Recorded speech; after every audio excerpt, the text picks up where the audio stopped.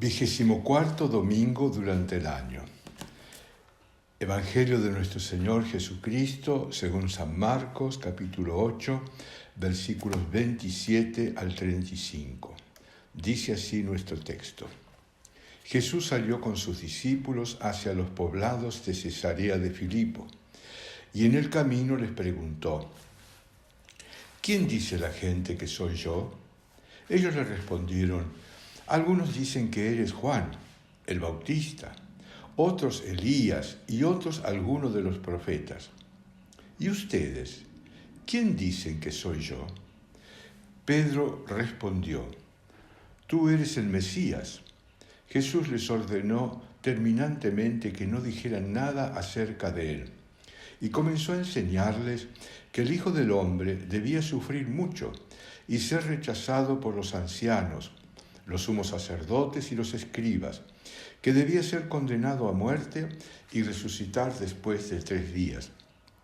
Y les hablaba de esto con toda claridad.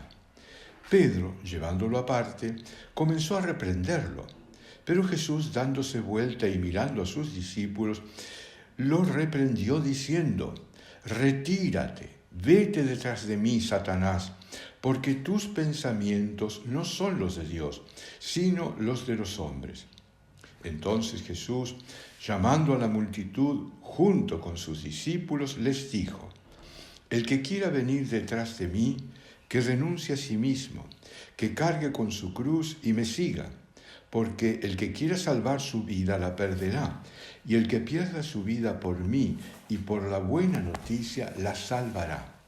Hasta aquí nuestro Evangelio. Marcos nos presenta una narración sobre Jesús en la que Jesús pregunta y nos pregunta a nosotros: ¿ustedes quién dicen que soy yo? Pregunta clave que debemos hacernos con frecuencia, pues de la respuesta que demos dependerá el sentido, la orientación que daremos a nuestra vida. El relato no debe interpretarse como si los discípulos no hubiesen por lo menos sospechado que Jesús podía ser el Mesías, como tampoco lo podemos dudar nosotros. Desde luego que aquellos presintieron de algún modo la grandeza de Jesús y de esperar que en él se cumplieran las promesas de los profetas que sostenían sus vidas y las de su pueblo. Ciertamente que Jesús tenía para ellos una significación particular. De lo contrario, no habrían dejado todo para seguirlo. ¿Y nosotros? Qué pregunta, ¿no? Para ellos, las palabras que Jesús pronunció y las obras que realizó durante su vida, su ministerio, tuvieron que ahondar aquellas primeras impresiones. Una vez más, la pregunta: ¿y nosotros? ¿Lectores de la palabra? ¿Frecuentadores de la Eucaristía? El relato que el Evangelio hoy nos presenta, Marcos, no está centrado, como frecuentemente creemos, en la confesión de Pedro, sino que la declaración de Pedro es lo que en un comienzo era algo inicial, provisional, ahora debe convertirse en definitivo e irreversible, dado que afecta toda la existencia del ser discipular. La de Pedro, la respuesta de Pedro y la nuestra, la capacidad de asumir el sufrimiento como condición indispensable del ser cristiano, del ser discípulo y misionero. La identidad discipular no se limita ni se expresa en una mera actitud piadosa, religiosa, sino en el compromiso de asumir el sufrimiento como consecuencia de vivir y realizar los valores evangélicos y la causa de Jesús hasta las últimas consecuencias. La causa de Jesús, que es la causa de todo hombre y de toda mujer. Trabajar, luchar, esforzarnos por construir una fraternidad universal, un mundo más justo, y esto va a significar ciertamente la persecución, el sufrimiento. ¿Quién dice la gente que soy yo? Ellos le respondieron, en definitiva, que la opinión popular no creía que Jesús sea el Mesías. Sería interesante testear hoy la opinión no de los no creyentes, sino dentro de nuestro círculo cristiano, más aún dentro de nosotros mismos. De ahí la pregunta se dirige ahora a nosotros. ¿Y ustedes? ¿Quién dicen que soy? Es decir, ¿qué significo para ustedes? Se trata de una pregunta decisiva, así como la respuesta de Pedro, tú eres el Mesías. No conocemos todas las implicancias de dicha declaración, pero lo que es seguro que para Pedro y el grupo de discípulos y discípulas era la persona en la que se realizarían las esperanzas de Israel. El Mesías, es decir, el Christos, el ungido, palabra que se refiere tanto a los reyes, a los sacerdotes, a los patriarcas, al pueblo y hasta a los reyes paganos como Ciro, el rey ideal. Los intérpretes, tanto judíos como cristianos, a partir del Salmo 2, versículo 2, lo aplican al rey davídico. Mateo refiere aquí que antes, o mejor dicho, ante la confesión de Pedro, Jesús agrega una felicitación, dado que su declaración no es fruto de la reflexión, sino de una revelación divina. Por el contrario, Marcos, que es nuestro texto, el Evangelio que estamos estudiando, nos dice que Jesús prohíbe divulgarlo. Jesús les ordenó, dice claramente, terminantemente, que no dijeran nada a nadie. El motivo es tal declaración fácilmente podía desembocar en una empresa política, que los discípulos podrían avivar un movimiento revolucionario, un levantamiento popular, una guerra de guerrillas.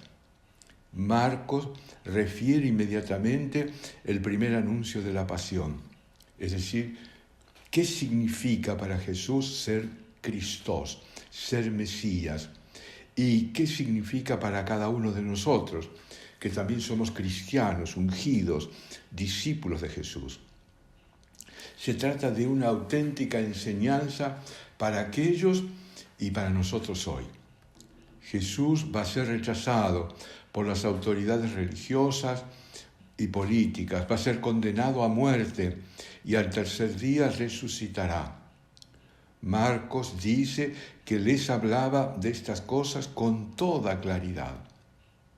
Jesús no creyó que era el Mesías porque todo a esta altura de su ministerio indicaba que iba a ser prendido, torturado y muerto, sino que creyó que era el Mesías justamente porque tenía que padecer. Esta es la gran paradoja.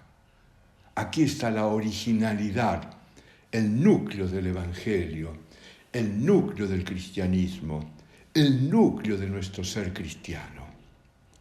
De ahí que Jesús habla de esto abiertamente, pues indica el carácter decisivo del episodio.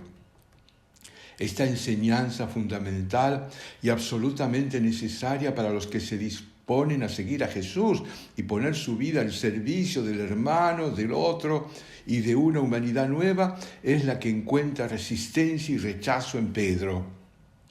Quien piensa en criterios triunfalistas o de compromiso relativamente político, una fe sin riesgos, una libertad sin conquista, una justicia sin comprometernos en la solidaridad con los otros, sin exigencias, una fe que se traduce en religión, en piedad emocional, en ritos, etc.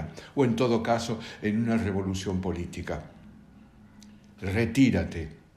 Vete detrás de mí, Satanás, porque tus pensamientos no son los de Dios, sino los de los hombres.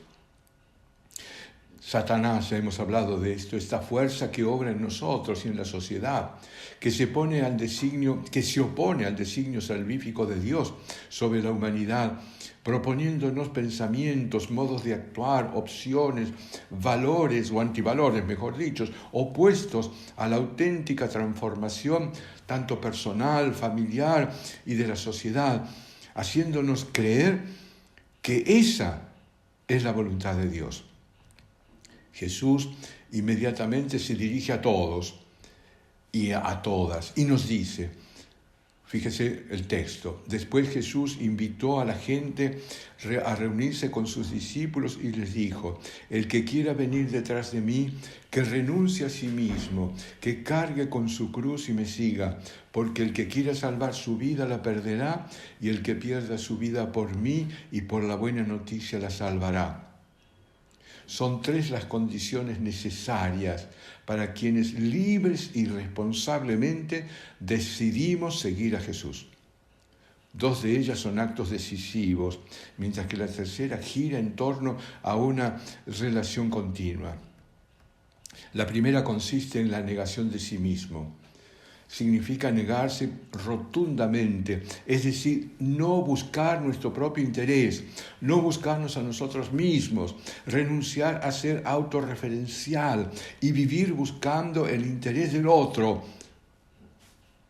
La segunda exigencia consiste en aceptar la obediencia de Dios y su designio de salvación para toda la humanidad, sin excluir a nadie, asumiendo y realizando los valores humanos y por lo tanto evangélicos hasta las últimas consecuencias, jugársela hasta la cruz, hasta la persecución, hasta la tortura, hasta el rechazo, hasta la misma muerte. La idea es metafórica, pero no mística. El cristiano, como dice Pablo en la carta a los Gálatas, capítulo 2, versículo 20, dice, yo estoy crucificado con Cristo, y ya no vivo yo, sino que Cristo vive en mí. La vida en la fe en el Hijo de Dios que me amó y se entregó por mí. La tercera exigencia es la lealtad. Qué palabra, ¿no? Ser leales, fieles en el seguimiento de Cristo, que implica una actitud relacional de lealtad, de fidelidad a Jesús y a su causa, que es la causa de la persona humana, que es el reinado de Dios hasta que Él vuelva. No olvidemos, queridos hermanos y hermanas, que tales exigencias son para aquellos que han decidido libremente y por lo tanto conscientemente responder existencialmente a la invitación de seguirle a Jesús y que por lo tanto se han comprometido a construir una humanidad nueva. Que con su divino Hijo les bendiga la Virgen María, en el nombre del Padre y del Hijo y del Espíritu Santo. Como les digo siempre, que pasen un feliz domingo.